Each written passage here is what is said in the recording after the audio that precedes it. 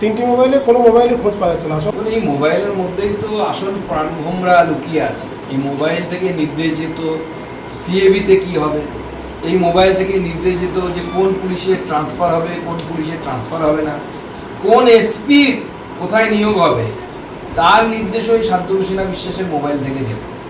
তো স্বাভাবিকভাবে সেই মোবাইল তো অত সহজে খুঁজে পাওয়া যাবে না, কারণ ওই মোবাইল ওই তৃণমূলের প্রাক্তন বিধায়ক যেরকম পুকুরে ফেলে দিয়েছিল, এও সেরকম করে পুকুরের মধ্যে এই মোবাইল ফেলেছে। ওই মোবাইল পেলে পরে সব ধরা পড়ে যাবে যে মুখ্যমন্ত্রীর নির্দেশে শান্তনু সিনহা বিশ্বাস, প্রাক্তন মুখ্যমন্ত্রীর নির্দেশে শান্তনু সিনহা বিশ্বাস কী অপকর্ম করেছে, সমস্ত অপকর্ম সামনে চলে আসবে। শোকজের নোটিশের সময়সীমা আজকে শেষ হচ্ছে।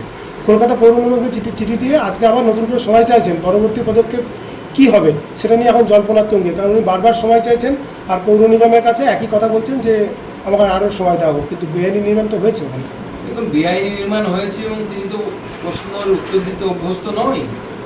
লোকে তো এরকমও বলে স্কুলেও নাকি মাস্টারমশাইরা তাকে প্রশ্ন করতো না, ওনাকে বেঞ্চে থাকলে পরের জনকে প্রশ্ন করতো, ওকে বাদ দিয়ে করতো আর কি। এই প্রথমবার জীবনে প্রশ্নের উত্তর দিতে হচ্ছে, তো সময় তো লাগবেই, সহজে তো উত্তর দিতে পারবে না, উত্তর দেওয়ার অভ্যেস নেই। তো প্রশ্ন উনি করতেন, অন্যরা উত্তর দিতেন, এখন উনি উত্তর দিচ্ছেন। আরও অনেক এরকম পরিবর্তন হবে বিজেপির সরকারের সাথে। কলকাতার হেস্টিংসে একটা লাইট বাতিস্তম্ভ খুলে বাচ্চার মাথায় পড়ে বাচ্চাটা মারা গেছে। গাফিলতি কার এরকমভাবে বাতিস্তম্ভ যেটা রাস্তার পাশে থাকার কথা সেটা ভেঙে পড়ে যাচ্ছে এবং অত্যন্ত দুর্ভাগ্যজনক এই ঘটনা, এবং আমরা শোকাহত। এই বাচ্চাটির জীবন গেল এইভাবে। অবশ্যই যে ডিপার্টমেন্টের তরফ থেকে এই কাজ করা হয়েছিল বা ইনস্টল করা হয়েছিল সেই বাতিস্তম্ভকে, তাদেরই গাফিলতি কোথাও হয়েছে, বা মেনটেনেন্স যাদের করার কথা তারা সেইভাবে মেনটেনেন্স করেননি। উত্তরবঙ্গ তথা উত্তর পূর্ব ভারতের একজন জনপ্রতিনিধি হিসাবে এই যে এইমস, যেটা আর একটা এইমস হওয়ার কথা উত্তরবঙ্গে, কোথায় হলে ভালো হয় বলে মনে হচ্ছে? সময় আসুক, সরকার সিদ্ধান্ত। আজকে চিংড়িঘাটার যে ওভারব্রিজ যেটা আপনার থমকে ছিল প্রায় দীর্ঘ বছর, 4 ঘন্টা আগেই মানে সোমবার ভোর 4টে নাগাদ শেষ করে ফেললো ইঞ্জিনিয়াররা। 356 মিটার মেট্রোপথ জোড়া লাগানোর কাজ শেষ। কি বলবেন, এতদিন বন্ধ ছিল? দেখুন, এতদিন এটাকে বন্ধ করে রাখা হয়েছিল, তার ফলে সাউথ থেকে প্রায় জোকা থেকে মানুষ এয়ারপোর্ট অবধি আসতে পারছিলেন না। পুরো সাউথ কলকাতার লোকেরা বঞ্চিত হয়েছে দিনের পর দিন। দেখলেন আপনারা নিজের চোখের সামনে যে মাত্র কত ঘন্টার কাজটা বাকি ছিল, মাত্র 300 মিটার 400 মিটার একটু পথ, রেলপথ। আজকে সেই কাজ সম্পূর্ণ হলো। এটাই হচ্ছে ডবল ইঞ্জিন সরকারের আনার সাফল্য, বাংলার মানুষের সাফল্য। এবং এর ফলে দক্ষিণ কলকাতার মানুষ সোজা ঝোকা থেকে শুরু করে এয়ারপোর্ট পর্যন্ত পৌঁছতে পারবে, যানজট কম হবে, মানুষের সাশ্রয় হবে। নচেত আপনারাও জানেন যে সাউথ কলকাতা থেকে এয়ারপোর্ট অবধি যদি কাউকে ওলা, উবের বা এমনি ট্যাক্সি, হলুদ ট্যাক্সি বা অন্য কোনো যাত্রী সাথী যাই বুক করতে হয়, কত টাকা খরচ হয়। সাধারণ মানুষের পক্ষে কিন্তু সেটা কিন্তু অনেকটাই টাকা।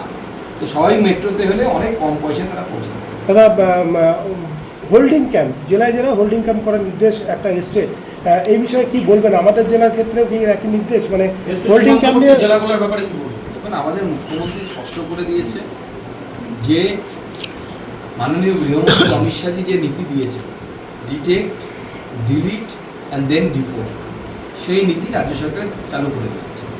অর্থাৎ ডিটেকশন মানে ধরা হয়ে গেছে ভোটার লিস্টে কারা কারা বাংলাদেশি, কারা কারা সি এর আওতায় পড়ে না, তাদের নামের লিস্ট এসে গেছে, বা প্রতিনিয়ত নতুন ইনফিল্ট্রেশনও হওয়ার চান্স আছে, কারণ এখনও তো কাটাতারের বেলা সম্পূর্ণ হয়নি।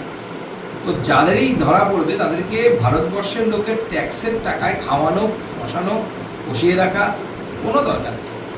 আমাদের সরকার সিদ্ধান্ত নিয়েছে তাদেরকে বিএসএফের হাতে তুলে দেওয়া হবে, পুলিশ নেবে, পুলিশ নিয়ে বিএসএফের হাতে তুলে দেবে, বিএসএফ তাদেরকে যথারীতি তাদের নিজের দেশ বাংলাদেশে পাঠিয়ে দেবে। সাময়িকভাবে ধরে রাখার জন্য, সেই জন্য জেলে না নিয়ে গিয়ে সরকারের টাকা খরচ না করে, জনগণের টাকা খরচ না করে হোল্ডিং ক্যাম্প, হোল্ডিং ক্যাম্প মানে ওটা কোনো চিরস্থায়ী বন্দোবস্ত নয়, বা আপনি অনেক দিন থাকবেন তা না, কিছুক্ষণের জন্য রাখার জন্য ব্যবস্থা, ধরে পগার পার করে দেওয়ার ব্যবস্থা। আমাদের জেলা তো সীমান্তবর্তী এলাকায় যদি মুখ্যমন্ত্রী সিদ্ধান্ত নিয়ে থাকেন তাহলে এই জেলাতেও হবে। রাজ চক্রবর্তী যখন বিধায়ক ছিলেন তখন টিটাগড়ে একাধিক মিল বিনে পয়সায় তিনি শুটিং করেছিলেন, এবং আজকে টিটাগড় থানায় একটা অভিযোগও দায়ের হয়েছে রাজ চক্রবর্তীর বিরুদ্ধে। দেখুন, তৃণমূল নেতারা সেই সময় নিজেদেরকে জমিদার ভাবতো, যে যার মতো জমিদারি উপভোগ করেছে, তো এ তো নতুন কিছু নয়। তো স্বাভাবিকভাবে যারা মিল মিল মালিকরা তারা এখন আওয়াজ পেয়েছেন, তারা সাহস পেয়েছেন, তারা কমপ্লেন করেছেন পুলিশের কাছে, অভিযোগপত্র পাঠ করেছেন, অভিযোগপত্র পাঠিয়েছেন, পুলিশ ব্যবস্থা নেবে আইন অনুসারে, অথবা রাজ চক্রবর্তী তাদের ফিস দিয়ে দেবে। আর কাকলিগঞ্জ দস্তিদার তিনি উত্তর চব্বিশ পরগনা জেলা সভাপতির পদ থেকে ইস্তফা দিয়েছেন, কি এই বিষয়ে কথা বলবেন? তৃণমূলে এখন অনেক ইস্তফা হবে, অনেক কিছু হবে, দেখুন না, আরো অনেক খেলা বাকি আছে।